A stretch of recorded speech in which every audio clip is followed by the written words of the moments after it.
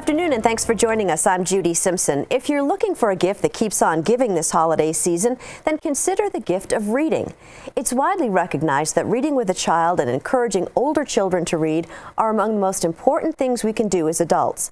But regardless of age, a book is a special gift. It entertains, educates, and enlightens. So today we're calling on two book experts, and they're called librarians. Joining us from the Springfield Town Library is Amy Howlett, and alongside Amy is Tony Eubanks of the Barton and Glover Public Libraries. Thanks so much for coming in. Now, Amy, you're going to get us started? I am. Okay. So I agree completely with everything you said, and we wanted to start off with the youngest, because if the youngest don't have books in their hands, where will we be? So a board book is the best way to start. They're stiff, you can't rip them, you know, and the one I have to talk about today is So Far Up by Suzanne Strasser. It's one of these repetitive little books. So there is a cake in the top of the tower, and the bear wants the cake. But the cake is so far up, and the bear is not tall enough. So, boing-a, boing-a, boing, along comes a frog to stand on the bear. Actually, I think it's a pig, and then a frog, and then a bird. And each animal has its own sound, flip, flip, flap for the bird. And at the very last minute, when the bird is going to grab the cake, the boy inside the tower takes the cake out of the window, comes down the stairs, and gives it to everyone. Nice. So Far Up, great board book. There are lots of board books. You go to any library or any bookstore, you'll find plenty for the very youngest. Terrific. And Tony? My first book is Do Is Talk, and it's in a made-up language, and it's about these two bugs, well, actually lots of bugs, who see a plant growing. I love this book, I love this book because it's a perfect read aloud. I'm thinking older siblings can read it to younger siblings, parents can read it over and over, and I love reading it over and over. So you can see that they say, do is talk. The little caterpillar says, ta-ta. And then they're all discussing the plant in their own little language. And then the plant is growing. They're acknowledging the plant growing. And then this is one of my favorite pages, they all go and knock on the door. Icky, Icky, Icky. And Icky comes out, and they point out the plant. He provides a ladder. And then they decide to start building a fort. And it's just a beautiful, but then the kids all notice, I've read this so many times to kids, the kids all notice the slug, and the very next day, they notice there's a little chunk out of the plant, but also the kids notice this page. Every single one of them say, oh no, look what's over there. A spider. And the bugs don't notice yet, and they have their beautiful fort, and look how sad they are that they can't play in their fort anymore. And it's all in a made-up language, so you can pronounce it the way you want to. And look when it comes. Whoa. And saves the day for the little guys. I really love this book. It ends in winter time, and then starts all over again. The very last page. Look. All kinds of plants. Yes, that's exactly. Wonderful. It's a perfect read aloud. Okay. You've got another book, too, that you want to talk about? I do. This one is more for 5th through 8th grade. It's called The Ruins of Goreln. I love that it's paperback. And this is in paperback. It's a 12-book series. So the reason why I chose this one, even though it came out in probably 2005, is because if you find a middle schooler who loves this series, there's 12 books. And then there's even spin-offs from this series, and the latest spin-off just came out in October. Terrific. Which made every kid in the library very happy. And so what this book is about is the main character named Will, he's 15 years old, and the next day is choosing day, where a craftsman comes by and chooses you for an apprentice. He really wants to be a knight, but he's small for his age, and he wants to go to battle school very badly, but the knights do not choose him.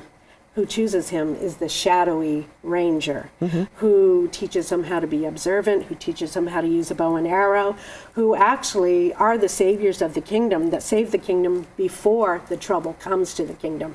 It's a great adventure story, and for the kids that are looking for a fantasy. Okay, Amy, what's next? So I like family stories for kids, and we like to pay attention to Dorothy's List, those recommended books for 5th through 8th graders. So I have The Vanderbeekers of 141st Street by Karina Van Glazer. If you remember All of a Kind Family, there were all those kids and they were all jammed into that house. This is the same kind of book. So 141st Street, that puts us squarely in Harlem. It's clear it's a biracial family, but you don't even know what the races are, and it doesn't matter. It's a family story. They're about to be evicted 11 days before Christmas. If only the kids can figure out how to save the day. Great neighborhood, great loving family, great chapter read. So again, 4th, 5th grade on up. Perfect read aloud for a family. Van Bleekers, this is the first in the series. The second just came out. Nice. Okay, Tony, what's next? I have another middle school book, and the reason why I chose this book again is the second in the series just came out. This book came out about 3 years ago, and it's called The 14th Goldfish. And I can't tell you how many times kids come in the library looking for something funny. And this is laugh out loud funny. I just read it again the other day just to make sure it still is 3 years later, and it is. I was bursting out laughing inside the library.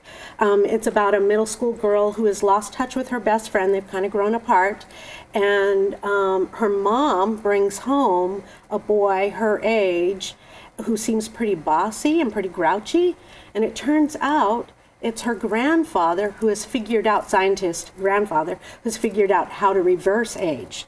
And now he has to go back to middle school. Interesting. Great. It's very funny, and there's a sequel that just came out. Terrific. We love those sequels. So I finally have a book I can hold up, but just for a minute because it's too shiny. Endurance by Scott Kelly. Kelly was the astronaut who lived for 340 days in space. This is a book chock full of details.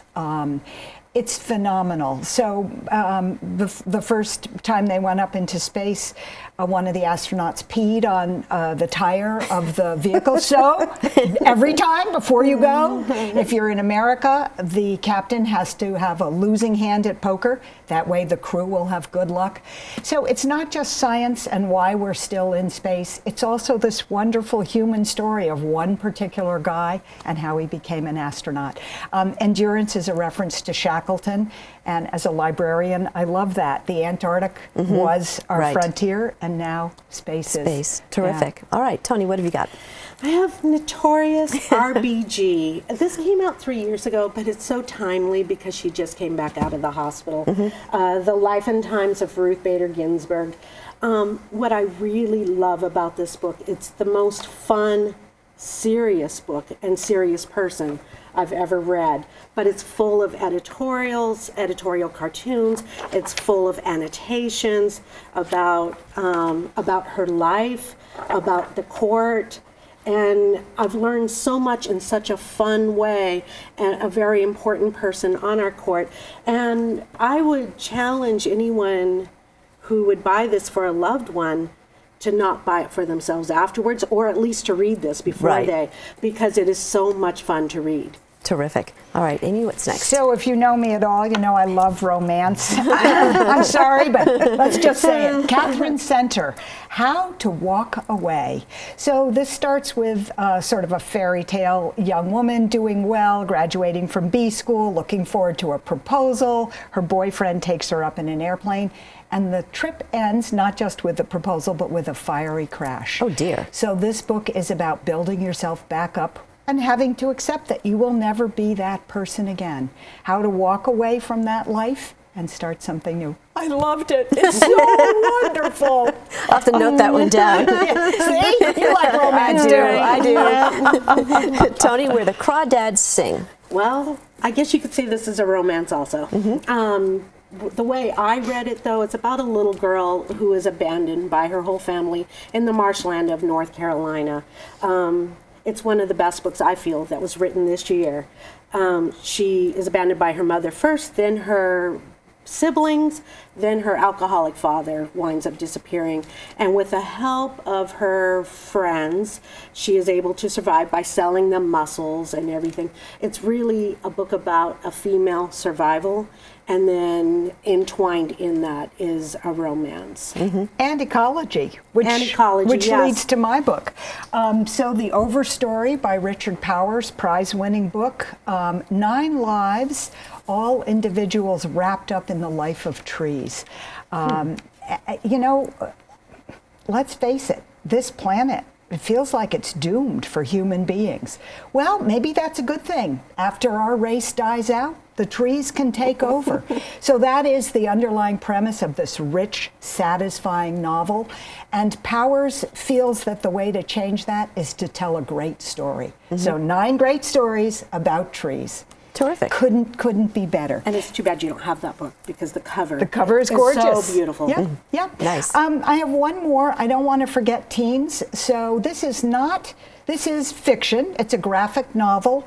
Let me get the title exactly right. What does consent really mean? Here's a topic for us, ladies. Yeah, what does right. consent really mean? Couldn't be more timely. So this is aimed at teen boys and girls. It's told like funny pages.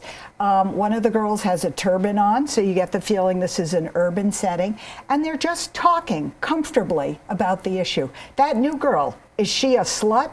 Well, what do you mean when you say slut? Well, you know, boys only want one thing. It's so great. I would buy this book and leave it in the house. I wouldn't push it, but it's a nice small format. It's great. So what does consent really mean? And it shouldn't just be read by girls. There are 4 boys who talk about the pressures they feel too. It's a good conversation Fabulous. starter. Right. It is excellent. Yeah. Tony, you have another one for us? I do. This book is called Educated by Tara Westover. And again, I feel it's the best written book this year. It's a memoir about Tara when she grew up. She grew up out west in a pretty fanatical family. And then when she's a teenager, she decides that she wants to go to college. She has not attended any type of school, not even homeschooled.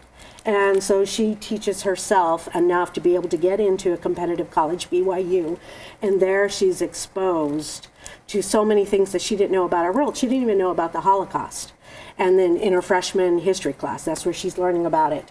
And then as she goes on, the professors take an interest in her, and as she goes on and gets more educated, she starts to question the abuse that she had to put up with it from her family members. Which she thought was probably normal at the time. She did. Yeah. And then, so, you know, a big part of the theme is the betrayal of your family, you know, the people that you love so much. How do you step away from them, stay loyal to your family that you love, and yet not feel like you're betraying them? And that's, I feel, the biggest theme of this book. Terrific. Well, my pick was Dead Wake, The Last Crossing of the Lusitania by Eric Larson. I've read a couple of his books. If you know, my librarian warned me. She said there's a lot of detail. If you get bogged down in detail, I didn't find that to be the case. There was a lot of detail, but it was all fascinating. It goes into the people who were on board the ill-fated trip, the U-boat captain that eventually sunk the ship, and about what he was all about. And while he was very aggressive and was after sinking ships, he didn't want to see it. So he would let the torpedo go and then turn and hide. Yeah, exactly. So I thought it was fascinating. It takes place during World War I, the events surrounding the sinking, including a lot of the details of people who were on board, why they were on board, what they brought with them. It was really fascinating. I loved it. And I also read another one of his books, which was equally as enthralling, I thought, anyway. They fly off the shelf. Right, exactly. Good pick. Good pick for Christmas. Eric Larson is great. Yeah, you'll be page turner for sure. Now we're going to have a copy of today's book list on the Across the Fence website. I also want to let you know that you can get the book list by writing to Amy at the Springfield Town Library. The address is 43 Main Street in Springfield, and the zip code is 05156. You may also call the library.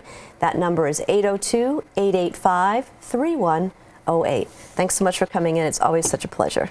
We've got a couple of books to read now for the holidays. Good, Judy. Good. That's our program for today. Thanks for joining us. I'm Judy Simpson. I'll see you again next time on Across the Fence.